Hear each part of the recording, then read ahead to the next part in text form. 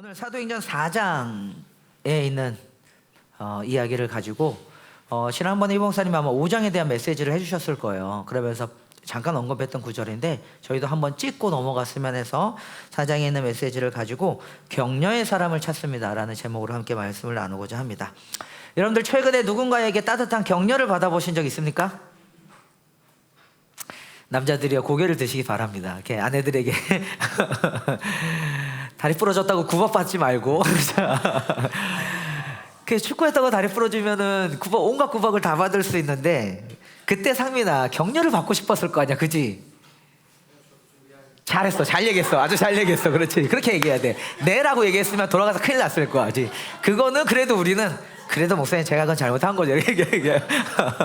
아주 잘 얘기했어요. 아주 좋아요. 역시 이게 이제 그 아이 둘 정도 가지는 아빠들의 바이브입니다. 잘 배워놓으시기 바랍니다. 자, 잘 대답했어요. 근데 살면서 그렇잖아요, 여러분들. 배우자든 특히 아내에게 그리고 남편에게 또는 부모님에게 또는 직장 누구에게든 진심으로 우리에게 용기를 심어주는 따뜻한 격려를 받고 싶은 게 저 여러분들의 삶일 것 같아요. 그냥 잘하고 있어, 너 괜찮아, 지금 참 좋아, 또는 네 모습 그대로 참 예쁘고 하나님 앞에서 좋은 기회 라고 하는 좀 힘있는 격려를 받아보고 싶으실 것 같아요. 특히 일터에서 치열하게 일하는 아빠들이나 또 30대 이 시기에 경제적 안정감을 추구하기 위해서 나름대로 치열하게 애쓰는 여러분들의 삶이나 또 새롭게 직장을 아까 우리 덕화원사님이 이직했다 그랬는데 덕화원사님이야말로 그런 격려를 받고 싶지 않겠어요? 결혼을 앞두고 있는 우리 현수에게도 화이팅 하라고 이렇게 그런 할 수 있어, 가능해, 하나님이 함께 하실 거야, 뭐 이런 따뜻한 격려들을 받고 싶으실 것 같아요. 그런 격려를 최근에 많이 받았던 사람은 참으로 행복한 사람일 것 같습니다. 대한민국 사회에서 어디에서도 따뜻한 위로와 격려를 찾아보기 어려운 것 같아요. 어떠세요? 여러분들 주변에 일터에서 아니면 여러분들 직장에서 심지어는 가정에서 그래도 따뜻하게 사람과 사회를 세우는 격려의 사람을 참으로 찾아보기 어려운 시대인 것 같습니다. 자, 근데 오늘 사도행전 4장 우리가 읽었던 36절을 같이 한번 읽어볼까요? 거기에는 굉장히 멋진 별명이에요. 그것도 본명이 아니라 굉장히 멋진 별명을 가진 사람이 등장합니다. 한번 읽어봅시다. 사도행전 4장 36절 함께 읽겠습니다. 시작. 사람들에게 바나바 곧 위로의 아들이라는 뜻의 별명을 받은 요셉이. 재밌어요. 바나바라고 하는 사람이 등장하는데 바나바 다 아시죠? 오늘 배워보세요. 성경에 바나바라는 사람이 있구나. 근데 바나바로 우리에게 더 알려졌는데 이 바나바의 본명이 뭔지 아세요, 여러분들? 여기 나와 있잖아. 별명을 받은 요셉이. 그러니까 요셉이 본명이에요. 나는 우리 시심의 요셉이도 바나바 같은 별명을 받으시길 소망합니다. 너 아멘 좀 해라, 야 간사님아. 오늘 바나바의 이야기를 바나바의 본명이 요셉이었구나. 내가 그런 따뜻한 사람이 되야겠구나라는 어떤 비전을 한번 가져봐요.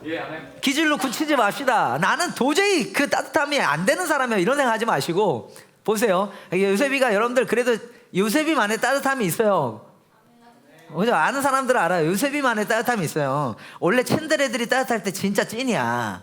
그게 또 맨날 저처럼 따뜻함을 남발하는 사람보다 어쩌다 뭐 툭 던지는 그 따뜻함에 그냥 녹아지는 사람들이 있다고요. 근데 이제 바나바라는 사람인데 이 바나바의 본명이 뭐예요? 요셉이었어요. 무슨 말이냐면 별명이 바나바인데 바나바의 뜻은 위로자, 개역 한글에는 권위자라고 돼 있어요. 그러니까 무슨 말이에요? 권위자가 권할 권자에 위로할 위자예요. 그러니까 위로를 권면하는 사람이라는 뜻이에요. 격려하는 사람이고 위로하는 사람이라는 거예요. 이게 바나바인데 재밌는 건 요셉이라는 본명을 두고 이 요셉은 바나바로 더 유명했어요. 격려자, 위로자로 더 유명했다고요. 이게 무슨 말이에요? 얼만큼 그가 격려와 위로의 사람이었는지 우리는 알 수 있다고요. 사람들이 그를 요셉이라고 부르지 않고 바나바라고 불렀던 것, 도대체 어떤 삶을 살았길래 그는 위로의 아들 또는 격려의 아들이라는 별명을 얻었을까? 오늘 바나바를 좀 한번 파헤쳐 보려고 해요. 먼저 우리가 읽었던 36절을 다시 한번 띄우시고 거기 보면 요셉은 여기 보면 키프로스 태생이라고 되어 있습니다. 바나바는. 그러니까 여기 뭐냐, 구브로 사람이라는 건데 팔레스타인에서 자라온 유대인이 아니라 외국인에 거주했던 유대인이었던 거예요. 그러니까 흩어진 디아스포라라고 지난번에 얘기했던 그런 어떤 흩어진 유대인이었습니다.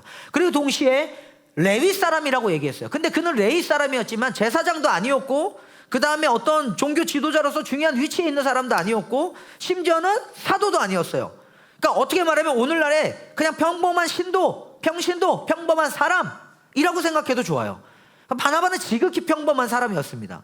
자, 그런데 사도행전 전체에서 바나바의 위치를 보면요, 여러분들, 초대교회에서 바나바는 바울의 버금가는 사도도 아니었고 레위 사람, 제사장도 아니었지만 초대교회에서 바울의 버금가는 굉장히 교회의 중요한 위치에 있었다는 것을 우리는 알 수 있어요. 바나바 유명하잖아요, 여러분들. 굉장히 유명한 사람이에요. 그러니까 무엇이 이 평범한 바나바를, 외국에 거주하는 유대인이고 제사장도 선지자도 사도도 아닌 이런 사람을 그렇게 교회 공동체 안에서 중요하고 귀한 사람으로 만들었을까? 오늘 누가는요, 사도행전에서 이 바나바를 기록한 구절들을 가만히 살펴보면 누가가 바라봤던 바나바는 이런 사람이었던 것 같아. 사도행전에서 바나바는요, 격려와 위로의 사역으로 굉장히 특별한 위치를 가지고 있는 사람이었어요. 오늘 그 지점을 우리가 한번 살펴보는 거예요. 그래서 바나바를 생각해 보면요, 이런 것 같아요, 여러분들. 오늘날 우리 사회, 우리 공동체, 시심 안에도, 그리고 여러분들의 가정 안에도 이렇게 바나바라고 하는, 바나바와 같은 별명을 가진 사람들이 우리에게 필요하지 않을까라는 생각을 저는 가져봐요. 저도 그런 사람들이 우리 시심에 많았으면 좋겠습니다. 이러한 격려의 사람은 여러분들의 가정에도 필요해요. 아내가 나에게 바나바 같았으면 좋겠지만, 남편이 내가 우리 아내에게 바나바 같았으면 좋겠고, 심지어는 윤서연이라고 얘기하는 부모된 우리가 자녀들에게, 그지 여러분, 엄마 아빠가 나에게 바나바 같았으면 좋겠지, 그죠? 바나바와 같은 그런 어떤 사람이 가정 안에 있어서, 여러분 이런 거예요. 이런 격려의 사람은 가정에도 필요합니다.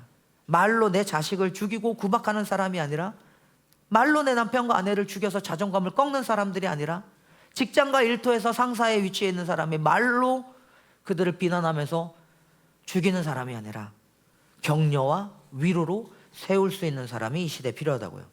그렇다면 우리가 어떻게 살아갈 때 이러한 격려와 위로의 사람이 될 수 있는가? 저는 오늘 3가지 정도로 이 부분을 정리하면서 메시지를 나눠보려고요. 첫 번째, 어떻게 살아갈 때 격려와 위로의 사람이 될 수 있을까요? 첫 번째는 뭐냐면은, 바나바를 보면요, 그는 이웃의 필요를 채워주는 사람이었어요. 누군가의 필요를 채워주는 사람. 격려의 사람은요, 여러분들, 자신의 필요보다는 타인의 필요를 우선적으로 먼저 생각합니다.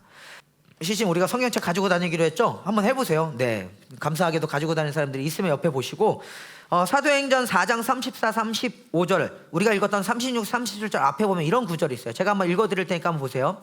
그들 가운데는 가난한 사람이 한 사람도 없었다. 왜냐하면 땅이나 집을 가진 사람들은 그것을 팔아서 그 판 돈을 가져다가 사도들의 발 앞에 놓았고, 사도들은 각 사람에게 필요에 따라서 나눠주었다. 그리고 오늘 우리가 읽었던 36절이 이어져요. 기프로스 태생으로 레위 사람이요 사도들에게 바나바고 위로의 아들이라는 뜻을 별명을 받은 요셉이 37절에 보면 이렇게 돼 있어요. 자기가 가지고 있는 밭을 팔아서 그 돈을 가져다가 사도들의 발 앞에 놓았대요. 그런데 우리가 방금 제가 읽어드린 사도행전 4장 34절부터 37절에는요, 예루살렘 교회에 있던 수많은 성도들이 자기들의 재산을 팔아서 구제, 곧 어려운 사람들을 위해서 흘려보내는 그런 어떤 은혜들을 나눴습니다. 그래서 하나님 앞에 드렸어요. 그런데 많은 사람들이 드렸는데 유독 바나바라는 이름만, 특별히 바나바는 이름이 기록되어 있거든요. 왜 바나바의 이름만 기록되었을까? 요셉과 바나바라고 하는 한 사람이, 그러니까 많은 사람들이 하나님 앞에 자신의 재산을 드리면서 흘려보냈는데, 그래서 공동체 안에 가난한 사람이 한 사람도 없도록 그런 하나님 나라의 공동체가 이상적으로 구현되어졌는데, 그 드려진 많은 사람 중에 유독 바나바만 여기 이 이름이 기록되었느냐 이거예요. 많은 학자들이 이야기하기를 어쩌면 바나바가 가장 모범이 될 만큼 성실하게 봉사했기 때문이라고 학자들이 추정해요. 저도 그런 것 같아요. 무슨 말이냐면, 자신의 전 재산을 팔아서 하나님 앞으로 가져드렸던 그 드림, 그리고 그것을 따라서 많은 사람들이 드리죠. 제가 지난번에 얘기했죠. 내 소유를 하나님께 드렸던 다윗, 그 다윗을 따라서 뭐예요? 많은 사람들이 하나님의 성전이 세워지도록 많은 지도자들이 함께 흘려보내는 삶을 살았다고요. 그런 구약에 있었던 그 다윗처럼 신약에서 오늘 바나바가 그 삶을 산 거예요. 희봉목사님 설교 기억나세요? 3주 전인가? 그때 이 바나바의 요구를 자극받아서 누구? 아나니아와 삽비라가 희봉목사님 질투라고 표현했어요. 마치 사람들에게 인정받고 싶어서 자신의 일부를 드렸는데 전부를 드린 것처럼 하나님 앞에 속여서 죽임을 당했습니다. 핵심은 하나님을 속였다는 것에 있었어요. 근데 그 뒤에 뭐가 있냐면 목사님 표현에 질투라고 하는 중요한 신앙의 어떤 나도 그런 멋있는 신앙의 사람이 바나바처럼 되고 싶은데, 그러니까 이런 어떤 이슈들을 만들어낼 정도로 바나바의 그 흘려보내는 삶은 많은 교회 공동체 초기에 감동이 됐던 거죠. 근데 여러분들 이런 겁니다. 저는 오늘 이 지점에서 바나바는 그렇게 이웃을 위해서 자신의 것을 흘려보내는 거였어요. 그 흘려보냄 자체가 그렇게 자신의 것을 100% 하나님께 드리면서 어려운 사람들에게, 가난한 사람이 우리 공동체에 한 사람도 없도록 흘려보냈던 바나바의 이 흘려보냄, 필요를 채워주는 그 삶이 결핍이 있는 사람들, 부족한 사람들에게는 위로가 됐을 거라고요. 그게 그들에게 격려가 됐을 거라고요. 여러분들 필요의 관점에서 본다면요, 이 세상에 있는 두 부류의 사람이 있다고 해요. 하나는 늘 자기만을 생각하는 사람입니다. 음식을 먹어도 지가 좋은 것을 먹어야 되고, 그 다음에 무엇이든지 자기가 먼저 좋은 것을 취하고 그 다음에 남은 것으로 다른 사람들에게 주는 사람들이에요. 어떻게 보면 아나니아 삽비라 같은 사람들일지 모르겠어요. 그것으로 생색내는 사람들일지 모르겠어요. 그런가 하면 언제나 나의 필요보다는 다른 사람들의 필요를 먼저 생각하는 사람이 있어요. 이들의 특징은요, 잘 들으세요 여러분들, 그들에게 부족함이 없기 때문에 그들이 다른 사람을 돌보는 게 아니에요. 제가 만났던, 저도 마찬가지예요. 제가 만났던 정말 자신의 것을 진정으로 흘려보낼 줄 아는 사람들은 어떤 사람들인 줄 아세요? 다 부족한 사람들이었어요. 정말 대단한 부자들이 모든 걸 갖춘 사람들이 흘려보내는 게 아니라, 물론 그들 중에서도 정말로 따뜻하게 흘려보내는 귀한 분들이 많아요. 근데 제가 만났던 진짜, 솔직히 말할까요? 우리 시심에 부자 없잖아. 우리 시심 보면은 다 여러분들 그런 형편의 사람들이잖아요. 근데 그 속에서, 이 안에서 진짜 그들이 흘려보내더라고요. 특히 우리 초기에, 시심 초기에 아랫마을 청년들과 함께 교회를 시작했을 때 저희 교회 전체 예산이 100만 원도 안 될 때였어요, 여러분들. 그때 이 친구들이 알바해서 모은 돈 그 얼마, 그 다음에 기껏해야 11조 15,000원, 12,000원 이렇게 11조 낼 때였어. 레슨비예요. 근데 그 안에서 걔네들이 그걸 쪼개서 어려운 사람 돕겠다고 흘려보내는 모습들을 볼 때 저는 뭘 보냐면, 있어서 흘려보내는 게 아니구나. 없는 가운데서도 그들은 흘려보냅니다. 이들의 특징이 그거예요. 자기에게 부족함이 없기 때문에 다른 사람을 돌보는 것이 아니라, 자기에게 필요한 것이 없어서 자기 소유를 내놓은 것이 아니라 자기의 필요를 다 채우고 난 다음 남은 것으로 하나님께 드리는 것이, 어려운 사람을 돕는 것이 아니라는 거예요. 제가 읽어낸 어떤 책에서 그런 사람들은 격려의 사람이 아니라고 이야기하더라고요. 그럼 그들은 뭘로 채울까요? 제가 지난주에 설교했잖아요, 여러분들. 모든 소유가 누구에게 것이다? 하나님의 것이다. 그리고 두 번째가 뭐예요?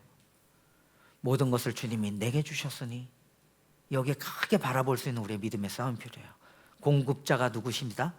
하나님이시다. 하나님이 내 삶의 공급자 되심을 알아라. 그걸 아는 사람들이 흘려보낼 수 있었던 거죠. 가끔 이런 얘기를 할 수 있어요. 아니 어떻게 그렇게까지 합니까? 아니면 뭐 그렇게까지 합니까? 라는 이야기를 우리는 얼마든지 저는 할 수 있다. 제가 설교를 준비하면서도 저 스스로에게 물었단 말이에요. 왜 그렇게까지 살아야 돼요? 뭐 그렇게까지 합니까? 어떻게? 아니 일단 나부터 좀 먹고 살아야 되는데 뭐 없는 사람들에게까지 그걸 하려고 합니까? 여러분들 이건 흘려보내는 게 격려라는 거였어요. 그런데 여러분들 우리는 한 가지 확실하게 느껴야 된다고 생각해요. 하나님의 사람들이 얼마나 이 세상에 속한 사람들과 다른지 우린 알아야 됩니다. 우린 다른 사람들이에요. 여기에 꿈이 있고 여기에 소망이 있는 사람들이에요. 내가 부유하기 때문에 나누는 것이 아니라 부족한 가운데서도 나를 채워주실 하나님을 믿음으로 흘려보내면서 그들의 결핍과 부족함들을 애써 채워. 꼭 물질만이 아니에요, 여러분들. 여기에 시간도 있어요. 우리 은사도 있고 재능도 있고 더 나아가서 말도 있어요. 따뜻한 내 몸과 시간을 드리는 헌신과 격려도 있다고요. 중요해요. 제가 미안해 자꾸 얘기해서 이렇게 숲 모임 하다 보면 숲 모임 했던 피드백을 제가 봤는데, 우리 건호하고 민지가 자꾸 설교 때 너네 진짜 많이 나온다. 건호 민지 딱 봐도 얘네들의 이렇게 성품과 성격을 이제부터 다 알잖아요. 근데 건호 민지는 순나님한테 이런 얘기를 했대요. 우리는 우리 집을 이렇게 초청하는 것만으로도 되게 크게, 쉽게 말하면 흘려보내고 나누는 삶이에요. 저는 완전 동의합니다. 그러니까 여러분들 건호네 민지한테 초대를 받았다 그러면 대박이라고 생각하시고, 저도 1년에 한번 초대받아서 가봤는데 막 따뜻하더라고요. 근데 맞아요. 그러니까는 저마다 사람들마다 자기들의 방식으로 흘려보내고 그 자기들의 방식으로 하면 되는 거예요. 그 기준 자체가. 그러니까 하나님이 그 중심을 보신다고요. 그래서 여러분들 그런 거예요. 그렇기 때문에 기독교 공동체는 이 세상에 속한 그런 공동체와 차원이 달라요. 뭐 그렇게까지가 아니라 우리의 모든 소유가 하나님의 있음을 인정하고 그분이 나의 공급자 되심을 인정하면서, 지난주에 설교했어요, 흘려보내는 이 삶을 사는 하늘에 속한 사람들이 우리의 정체성이라는 것을 붙잡아야 된다고요. 이 시선이 세상의 사람들이 보기엔 되게 미련하고 바보 같아 보일지 모르겠지만, 아니, 우리는 이 지점에서 분명히 다른 기독교 공동체로서의 우리의 정체성을 붙잡으셔야 될 줄로 믿습니다. 아멘. 오늘 나타나는 바나바는 그런 사람이었어요. 격려의 사람. 어떻게 해요? 그 격려가 뭐라고요? 연약하고 결핍이 있고 부족한 사람들을 위해서 흘려보내는 삶, 그들의 이웃의 필요를 채우는 삶을 살았다라는 거예요. 사랑하는 시심, 격려의 삶은 소유에 있는 것이 아닙니다. 격려의 삶은 어디인 줄 아세요? 이웃을 대하는 태도에 있다고 해요.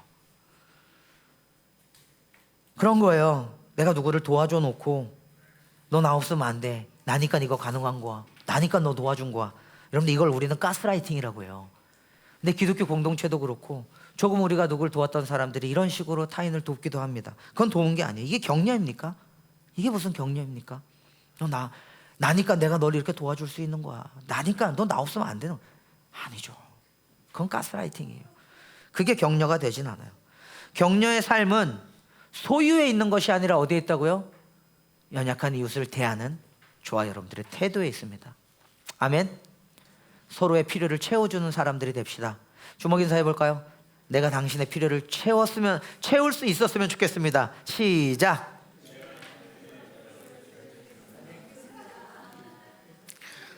사랑하는 시심, 저는 묻습니다. 우리 첫 번째 걸 정리하기 전에, 우리는 지난 수개월간 누구를 돌본 적이 있으세요?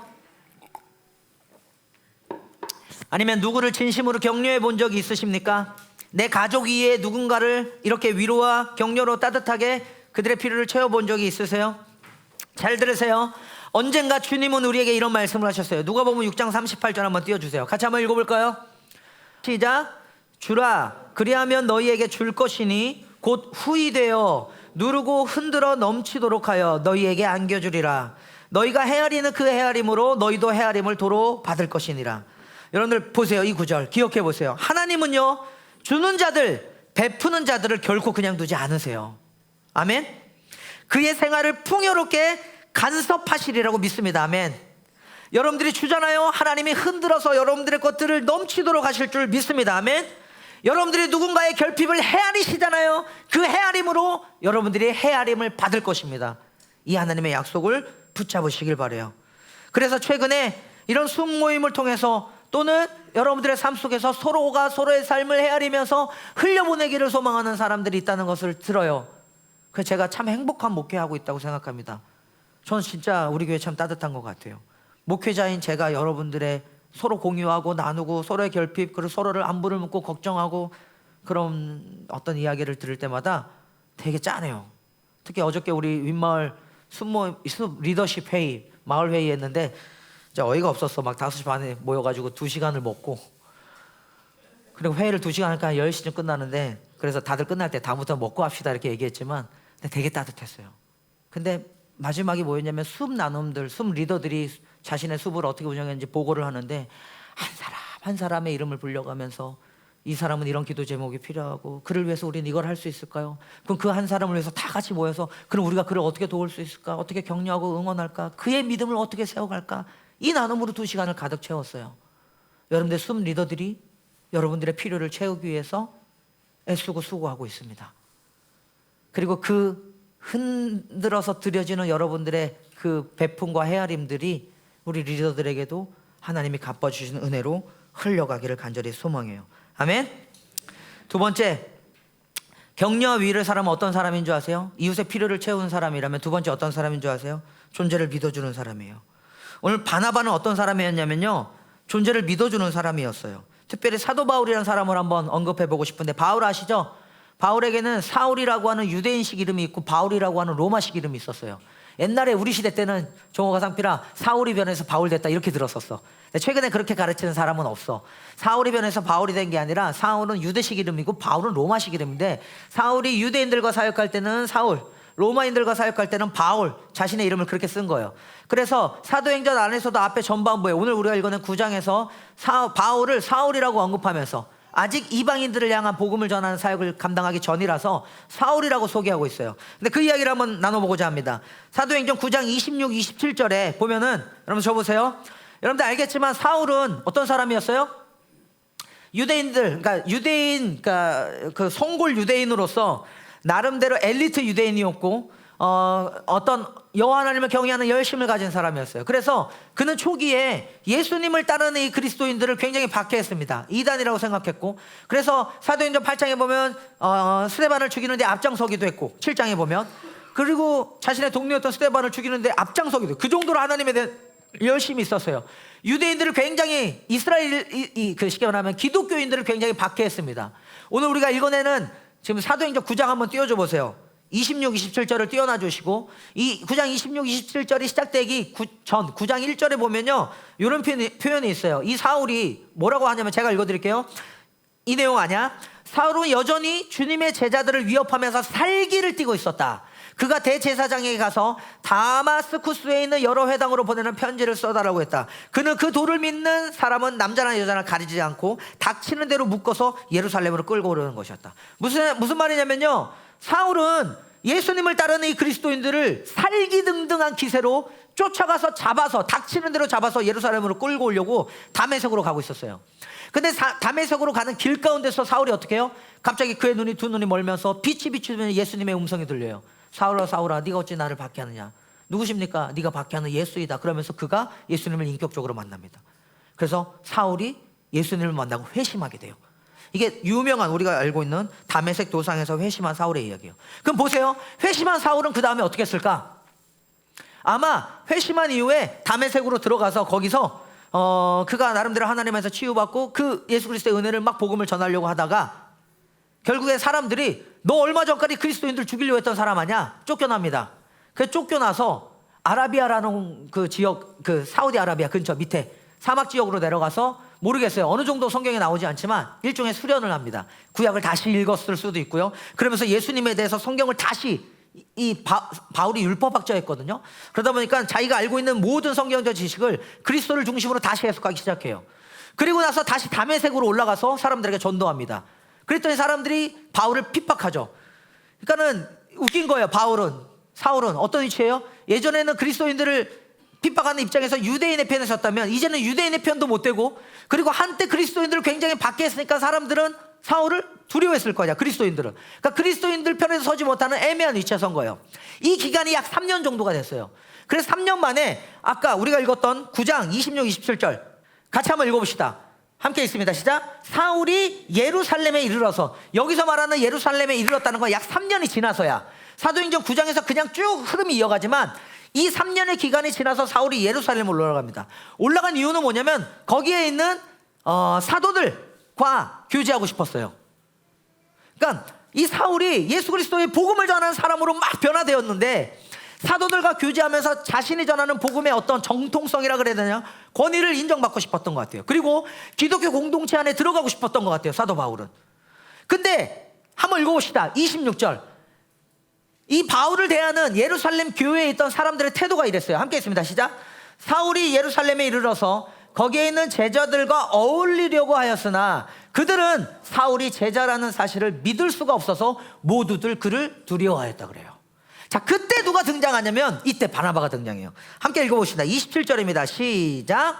그러나 바나바는 사울을 맞아들여 사도들에게로 데려가서 사울이 길에서 주님을 본 일과 주님께서 그에게 말씀하신 일과 사울이 다마스쿠스에서 예수의 이름으로 담대히 말한 일을 그들에게 이야기해 줬다. 누가 중재한 거예요? 바나바가 중재한 거예요. 사람들은 여전히 이 사울이 두렵고 무서운데, 여러분들 이 사울을 끝까지 믿어주는 한 사람이 있었어요. 누구야? 그게 바나바였어요. 바나바의 위로와 그게 사울에게 격려가 됐을 거예요. 바나바가 사울을 끝까지 믿어준 거예요. 심지어는 여기 보면은 27절에 보면은 바나바는 사울을 맞아들였고요. 지 혼자 맞아들였을 뿐만 아니라 이 바울을 사도들에게 데려가서, 일일이 데려가서 바나바가 직접 해명해 줍니다. 근데 재밌어요. 사울이 길에서 주님을 본 일, 주님께서 그에게 말씀하신 일, 사울이 다마스쿠스에서 예수의 이름으로 담대히 말한 일을 바나바가 변증해 줬다 그래요. 근데 여러분 보세요. 바나바는 사울이 예수님을 길에서 주님을 본 일, 말씀하신 일, 다마스쿠스에서 예수님의 이름으로 담대히 말한 일을 바나바가 직접 봤어요? 바나바도 바울을 통해 들은 얘기야. 사람들을 통해서. 자기도 직접 보지도 않은 일을 보지도 않았으면서 바나바는 이 사울을 믿어줬다고요. 이게 바울에게 큰 위로가 됐을 것 같아요. 우리가 알고 있는 신약에 가장 많은 성경을 쓴 한 사람을 교회 공동체로 받아들이자면 굉장히 중요한 사건이 됩니다. 여러분들 그거 아세요? 이 세상에 살면서 누가 가장 고마운 줄 아십니까? 누가 가장 고마워요? 뭐니 뭐니 해도 나를 믿어주는 사람 아니에요? 저도 그래요. 저를 믿어주는 한 사람. 남편들이 치열하게 일하고 집에 들어왔을 때 여보 힘내, 수고했어, 난 당신을 믿어 라고 하는 아내의 그 믿음, 그 한마디 때문에 바깥에 나가서 더 열심히 일하는 거 아니에요? 우리가 자라오기까지, 여러분들이 이 자리에 서 있기까지 누구의 응원과 격려와 믿음이 있었어요? 우리 엄마, 우리 부모님들의. 저 같은 경우도 말도 안 되는 내 삶을 살 때 항상 한결같이 그 자리에서 저를 믿어줬던 사람들이 있다고요. 누가 가장 고마워요? 뭐니 뭐니 해도 나를 믿어주는 사람입니다. 나를 믿어주는 한 사람. 그런데 제 주변에는요, 그렇게 나를 믿어주는 고마운 가족들이 있어요. 그리고 동역자들이 있어요. 우리 기독교 공동체 안에는, 시신 공동체 안에는 여러분들의 존재를 믿어주는 사람들이 있어요. 여러분들 서로를 믿어줍시다. 아멘. 얼마나 감사합니까? 그러한 공동체적 관계 속에서 보세요. 여러분들, 우리가 얼마나 많은 가능성을 가지고 변화되고 성장할 수 있을까요? 사람을 재어보고 판단하는 게 아니에요. 사람을 재어보고 판단하는 게 아니라, 그 사람의 그 태도가 내게 마음에 안 든다고 뒤에서 비난하고 깔보는 게 아니라, 댓글로 막 뭐라 그러는 게 아니라 뭐 하는 겁니까? 믿어주는 겁니다. 한번 믿어준다는 건 뭐냐면요, 오늘 바나바가 사울이 경험한 저 회심의 서사를 들여다봤던 것처럼, 믿어준다는 건 뭐냐면 저마다의 사연이 있겠지라고 하는 그 사람의 서사를 헤아려 보는 거예요. 이게 어젯밤에 그 2시간의 숨 리더들이 여러분들의 삶의 이름을 불러가면서 그 서사를 헤아리고 살폈대요. 이런 이유가 있지 않을까? 요것 때문에 있지 않을까? 어쩌면 그랬을 것이에요. 한 사람 한 사람을 헤아렸던 이야기들이에요. 그게 믿어주는 거예요. 여러분들 헤아려 보는 거예요. 그의 서사를. 지나고 나서 보면 참 고마운 사람들이 있지 않아요? 20대 초중반 참 성숙하지 못했던 제 태도들로 인해서 실망시켜드렸던 저의 스승님들, 제 선배들도 있어요. 너무 미안해요, 그들을 보면. 근데 그분들은 어쩜 그렇게 나에게 한마디도 하지 않았을까? 얼마나 나를 참았을까? 얼마나 믿어주고 나를 기다려준 걸까? 여러분들 저마다 그런 분들이 있잖아요. 우리 과거를 돌아보면. 근데 그게 청년들을 바라보는 시선이 되더라고요. 저도 지금 저희 청년들을 대할 때 그럴 수도 있지, 사연이 있겠지, 분명 더 나아지겠지. 그리고 우리가 외치는 슬로건처럼 그거예요.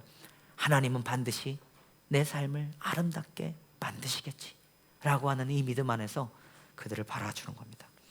그를 믿어주고 그를 향한 하나님의 약속을 신뢰하는 거예요. 그게 얼마나 큰 격려가 될까요? 옆에 사람 보면서 한 번 더 인사할까요? 인사해주세요. 나는 당신을 믿습니다. 시작. 그리고 하나 더 확실한 거 있어요. 근데 너를 향한 하나님의 약속을 더 신뢰해. 시작. 사울에게 있어서 바나바는 그런 사람이었어요. 자, 그럼 마지막 오늘 세 번째 격려의 사람. 세 번째는 어떤 사람일까요? 반주는 도와주세요. 따라해 봅시다. 넘어진 자를 세워주는 사람. 여러분, 바나바와 관련된 이야기 중에서 세 번째 또 하나의 에피소드가 있어요. 그건 사도행전 15장입니다. 한번 읽어볼래요? 사도행전 15장 준비됐나요? 37절부터 39절까지 같이 한번 읽어봅시다. 여기 보시면서, 앞에 보면서 함께 읽겠습니다. 시작.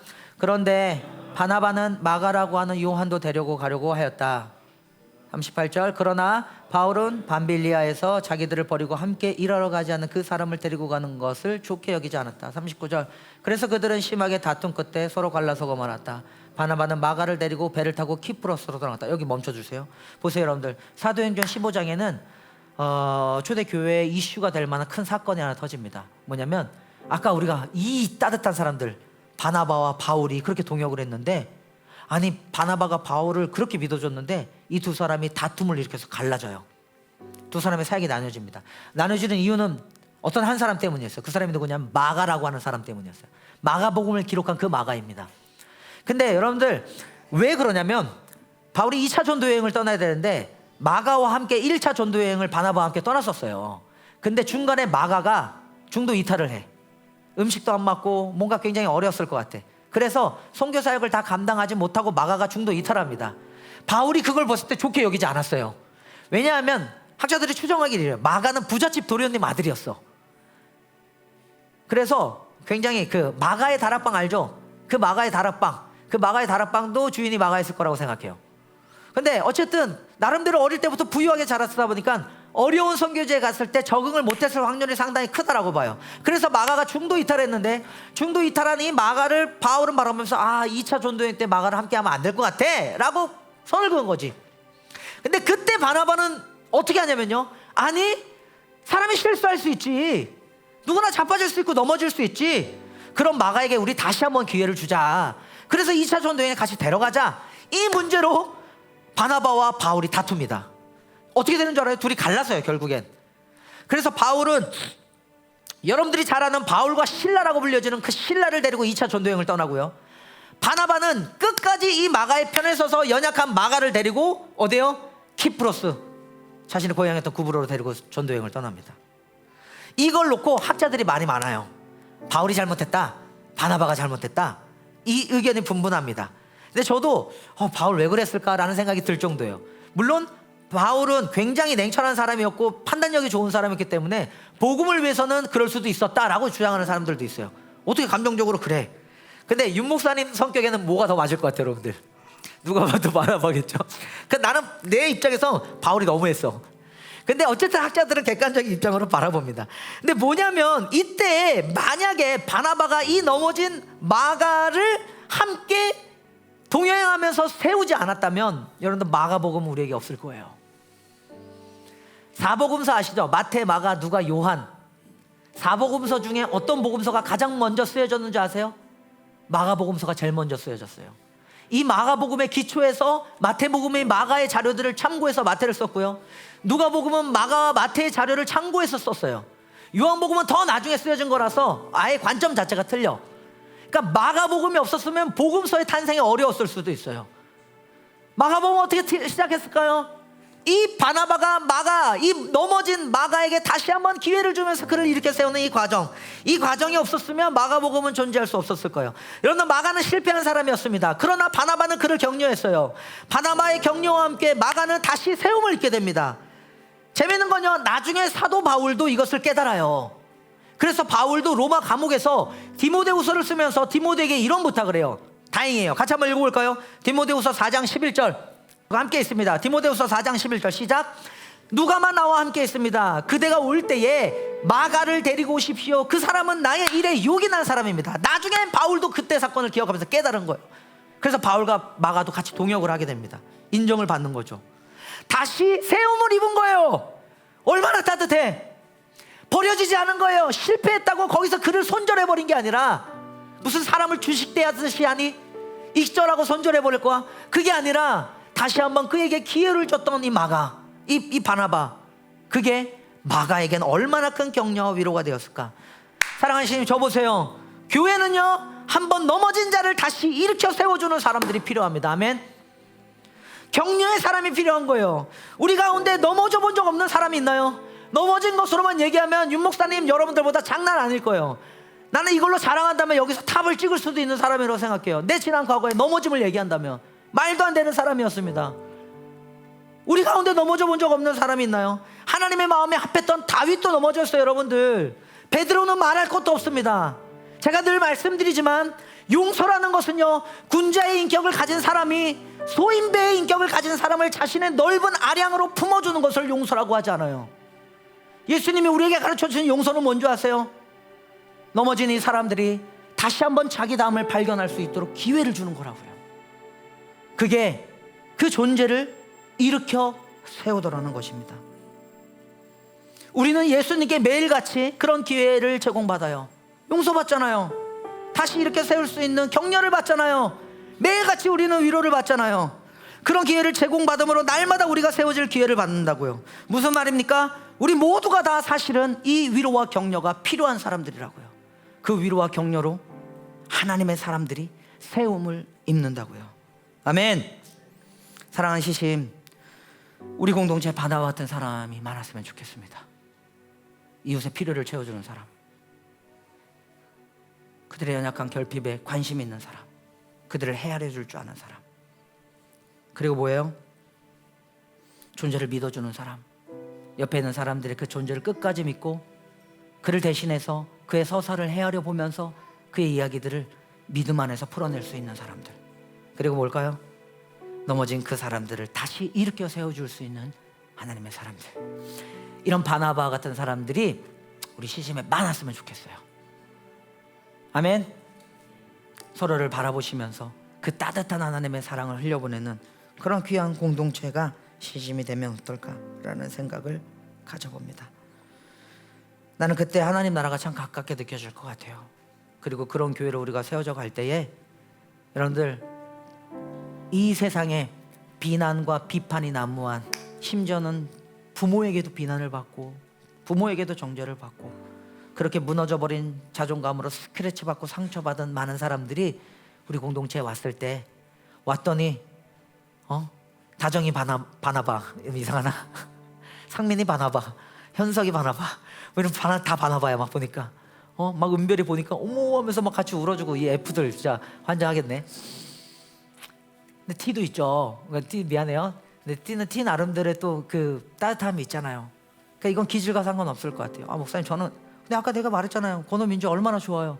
우리가 할 수 있는 것으로, 그게 그들의 나름대로 따뜻한 표현이고, 그 서사를 헤아려 주면서 함께 하면서 주고받는 서로 안의 사랑의 격려들, 여러분들이 할 수 있는 것으로 다 F대라는 얘기 절대 아니니까, 다 아니니까 우리가 할 수 있는 것으로 필요를 채우고 존재를 믿어주고 그리고 넘어진 사람들을 세워주는 그런 하나님의 사람들이 됐으면 좋겠습니다. 아멘.